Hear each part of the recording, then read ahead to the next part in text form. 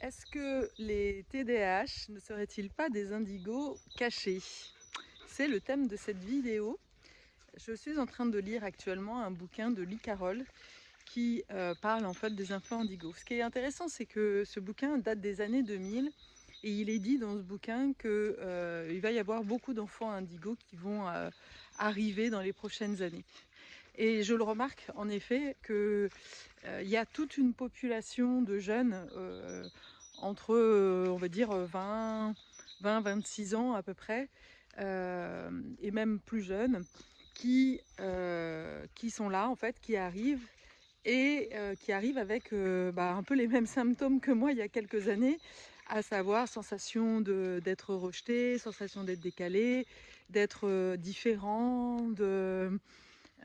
et puis, autre chose qui est assez symptomatique, c'est l'énergie. C'est pour ça que je veux parler en fait de l'indigo et du TDAH, parce que dans ce bouquin, il est clairement dit, et il y a d'autres bouquins où j'ai vu ça aussi, qui a été répertorié par des médecins suite à des études, que le diagnostic de TDAH cache très très souvent de l'hypersensibilité, en tous les cas une caractéristique autre. Et c'est parce que justement la société refuse en fait cette énergie, ce surplus d'énergie, ne sait pas quoi en faire, que on en fait un problème.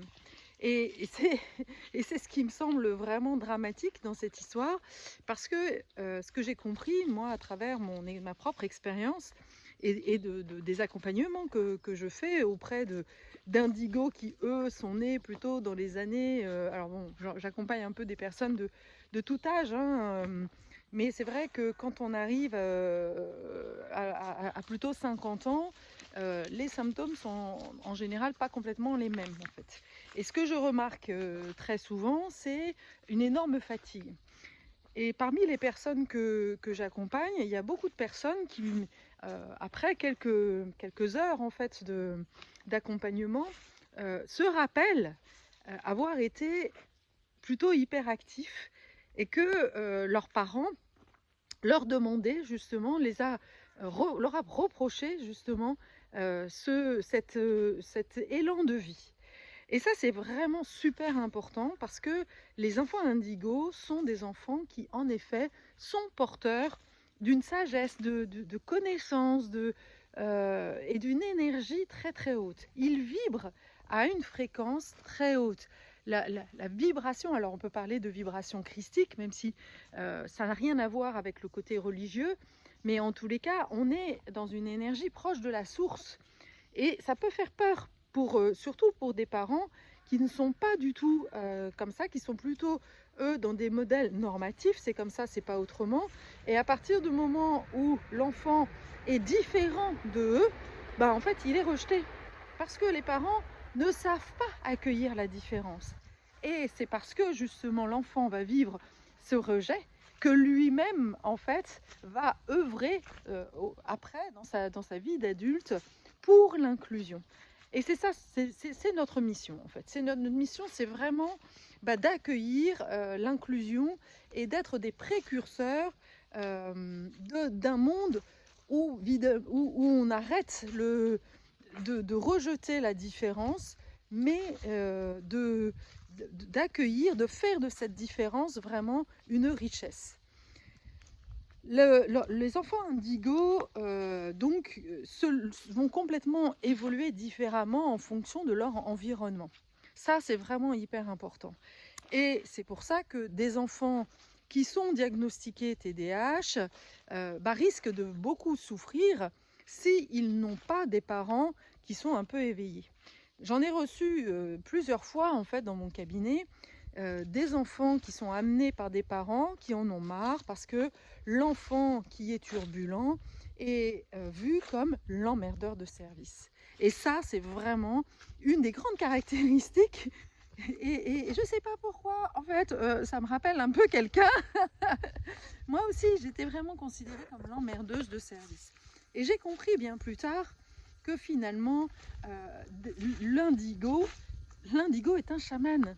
Et donc, quand l'enfant est en train de chahuter ou de vouloir foutre le bordel en fait auprès de ses frères et sœurs qui sont bien sagement assis, en réalité, il est en train de les secouer, il est en train de leur dire mais non, tu es vivant, deviens vivant, arrête de faire le mort-vivant quoi en fait. Et il manifeste comme ça de la vie parce que justement dans l'énergie il n'y a pas assez de vie. Je ne sais pas si c'est clair, mais en gros l'enfant indigo a vraiment cette compétence comme tous les chamans de retrouver, de permettre de retrouver en fait l'harmonie, de refaire l'harmonie en fait. Donc si il y a une énergie basse, ou si par exemple quelque chose que moi je fais très, très fréquemment, c'est-à-dire que j'ai cette capacité de ressentir la colère refoulée. Ça, je suis une championne en fait pour ressentir la colère refoulée. Donc il y a beaucoup de gens qui viennent me voir en me disant bah, je ne comprends pas, voilà, je vais pas bien, je suis fatiguée. Et quand on commence à décrire un petit peu leur fonctionnement, ils me disent bah voilà, moi je suis quelqu'un plutôt de calme, je ne suis pas du tout colérique. Ah non, la colère je ne connais pas, le conflit je ne connais pas. Bah non en fait, parce que en réalité ils ont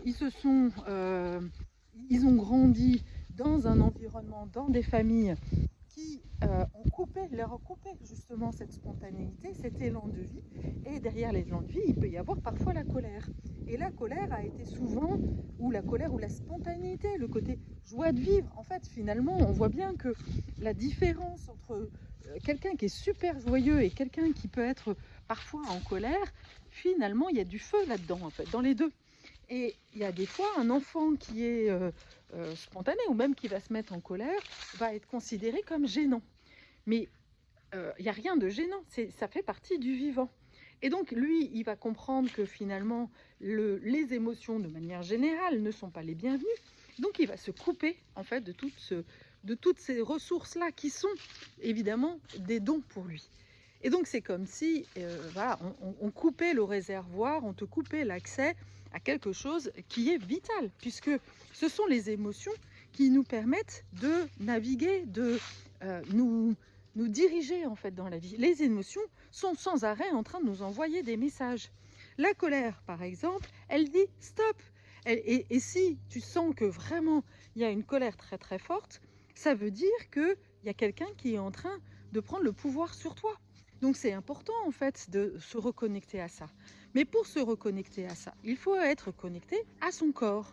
Sauf que quand un enfant, on lui dit que c'est un emmerdeur à partir du moment où il exprime ce qu'il ressent, ce qui est là en fait, ce qui se manifeste en fait dans son sacral, dans son bide, eh bien il va tout de suite fermer le réservoir en fait à ses émotions et il va arrêter justement d'être en colère, il va arrêter d'exprimer quelconque émotion.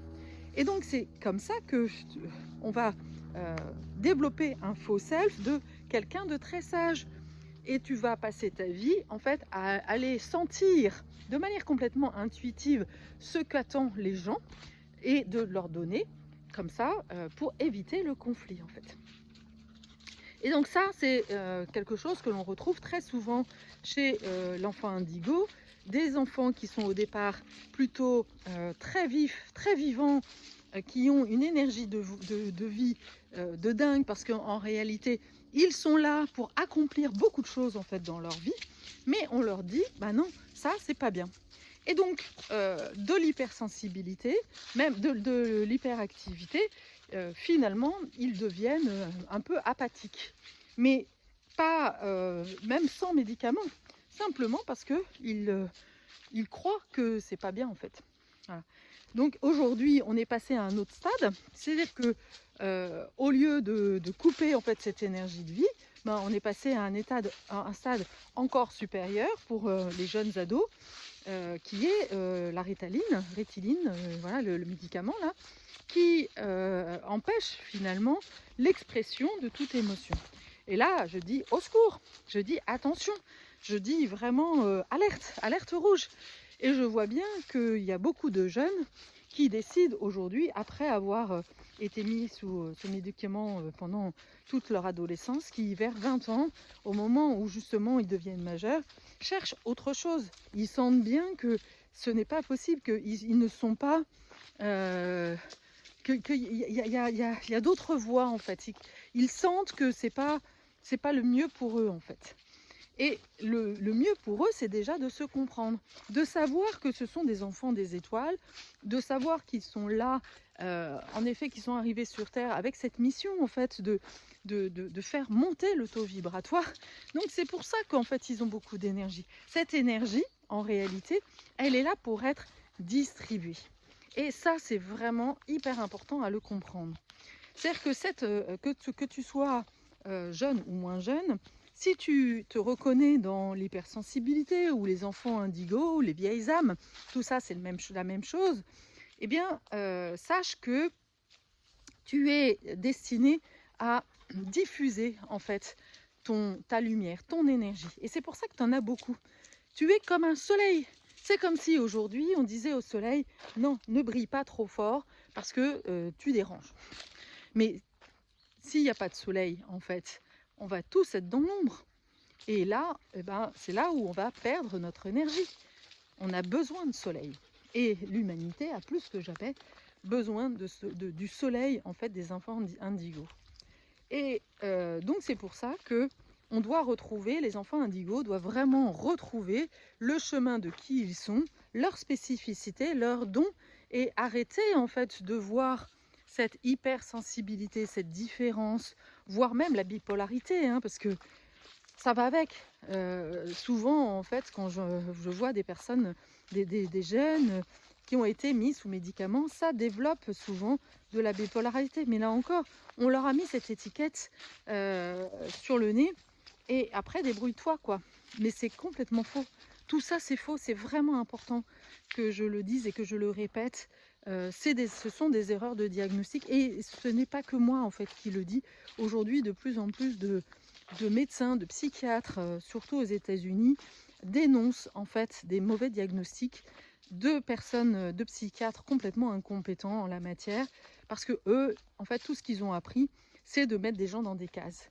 Ils ne considèrent pas les gens comme des individus, mais comme voilà, des cas. Voilà. Et on ne va pas chercher la cause, on va surtout chercher à faire en sorte que tout le monde soit un peu pareil, que personne ne dérange. Alors que la mission des enfants indigos, c'est justement de ne pas être comme tout le monde. Ce sont des visionnaires, ce sont des pionniers. Ils sont là vraiment pour apporter des choses nouvelles. Ils connaissent déjà, quand ils arrivent, ils ont une sagesse, ils ont des connaissances, souvent à titre médical, mais ça peut être aussi au niveau de l'ingénierie, ça peut être dans n'importe quel domaine, de la nourriture, peu importe. Mais en tous les cas, ils ont déjà des connaissances et qui sont venus en fait révéler, distribuer, polliniser en fait sur cette terre. Et la chose la plus importante pour eux, c'est vraiment de trouver un espace, des environnements, des personnes avec qui en fait ils sont en confiance, qui les entendent, qui les reconnaissent et qui leur redonnent confiance. Parce que quand on est différent, l'environnement est vraiment hyper important. C'est déjà pas facile en fait d'être un peu unique sur cette terre. C'est-à-dire que tu imagines que n'importe quoi, tous les chiens qu'il n'y ait que des animaux à quatre pattes. Voilà, que des animaux à quatre pattes sur cette terre, et tout d'un coup, toi, tu arrives, tu as deux pattes. Bah, c'est difficile en fait de pas te dire, mais il y a un problème chez moi. Forcément, naturellement, celui qui est différent, et puis les autres aussi vont lui renvoyer et lui dire, mais attends, mais t'as un problème toi. Donc celui qui a deux pattes va vraiment croire qu'il a un problème. Alors qu'en réalité, il est là pour montrer aux animaux à quatre pattes de se redresser. Par exemple, je dis n'importe quoi, hein, mais ça me vient comme ça. Mais voilà, il est là pour vraiment apporter, pour faire évoluer finalement les choses. Mais les personnes qui sont à quatre pattes, qui depuis toujours ont marché à quatre pattes, vont pas être d'accord au départ parce que c'est difficile en fait de changer. Ça, c'est vraiment super important. Et d'ailleurs, les enfants indigos vont avoir à faire ce changement. Et c'est parce que eux-mêmes vont devoir être confrontés à ce changement et à cette connaissance d'eux que du coup, ils vont pouvoir mieux comprendre au fur et à mesure les résistances, le pourquoi et ne plus prendre les choses personnellement. Ils vont se détacher, ils vont s'individuer, ils vont s'autonomiser et ça tombe bien parce que c'est là leur mission. Voilà. Donc voilà, j'espère que cette première vidéo sur les enfants indigos, je crois en avoir déjà fait une, mais je pense que c'est vraiment important, surtout aujourd'hui, pour les enfants indigos de sonner la sonnette d'alarme et pour les parents aussi qui ont des enfants qui sont diagnostiqués TDAH, je dis attention, ne prenez pas, vraiment s'il vous plaît, ne prenez pas ces diagnostics comme argent comptant. Ne filez pas, ne commencez pas à droguer vos enfants avec des médicaments qui vont finalement les transformer, mais pas pour le bien en fait. Ils vont simplement, ces médicaments-là sont simplement là pour les mettre, les faire diminuer en fait d'énergie et les rendre acceptables aux yeux en fait de l'éducation, surtout du système, qui n'est plus adapté. Il faut bien comprendre que en fait c'est l'inverse, c'est l'éducation qui va devoir changer, c'est le système qui va devoir changer. Mais parce que justement le système ne veut pas se remettre en question, alors du coup on est en train de vraiment de faire du mal en fait à nos enfants. Ça c'est vraiment hyper important. Mais que je sais combien c'est difficile quand on est seul face au médecin, c'est très difficile en fait de se positionner et d'avoir la force en fait de prendre la décision d'aller contre en fait les médecins, parce que là aussi on nous a bien conditionnés d'écouter, de respecter l'autorité, mais le plus important c'est que tu écoutes que tu te fasses confiance, parce que personne d'autre que que une mère, un père ou même un enfant ou toi, tu es la seule personne qui sent si c'est bon pour toi ou pas. Donc fais-toi confiance, vraiment. Et puis si tu as besoin de soutien, n'hésite pas, appelle-moi, contacte-moi et je t'apporterai en fait ma vision, ma connaissance et mon expérience. C'est ça surtout que je transmets. Voilà. Merci de ton attention et à très bientôt.